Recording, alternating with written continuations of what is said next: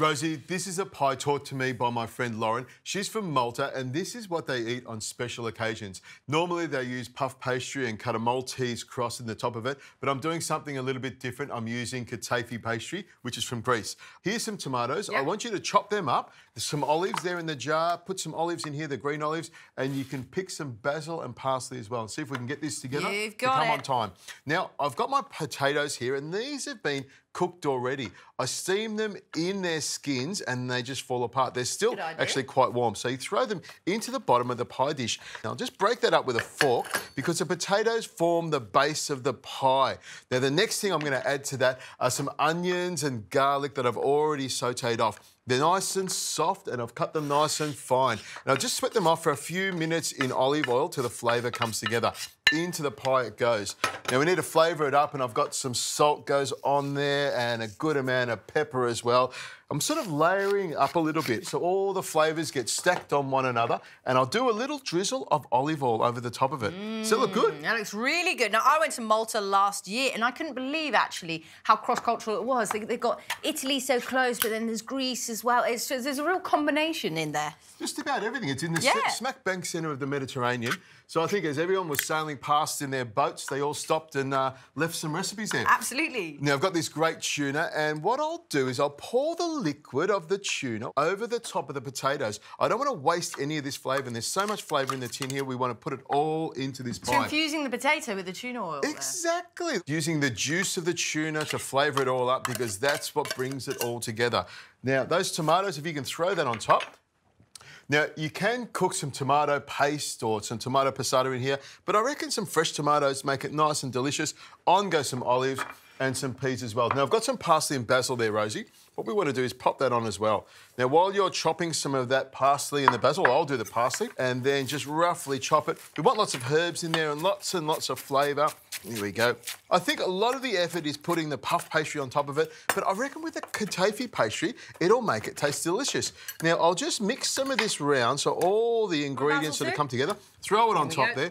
Now, with a fork, I'll just push it all down. It looks great already like this, doesn't it? It does. Now, Rosie, we've got a board there. We need to wipe that down because we're going to do some katafi pastry on top of it. Just wipe it down like that. And what I do is I push all the potatoes and all the bits and pieces down to your end of the board there, and then it's nice and clean. You like that? It's all by me. I see what's happening here. If it's on your side, then you get to clean it up. Aren't you lucky?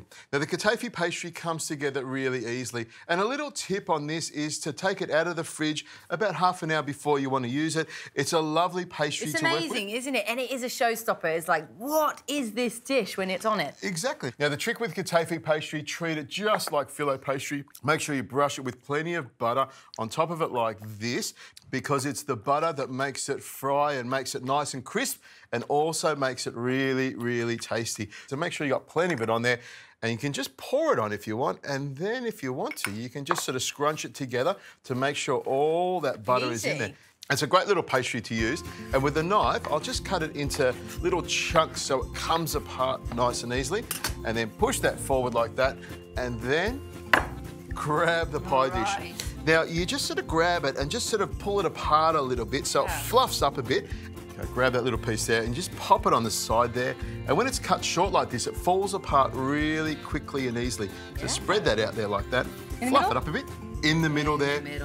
Now, the centre there is normally where we would put the Maltese cross, but we're not. We're using katafi pastry. So into the oven we go. It'll take about 35 to 40 minutes till it's nice and crisp on the top, nice and hot in the middle, and delicious and ready to eat. In we go.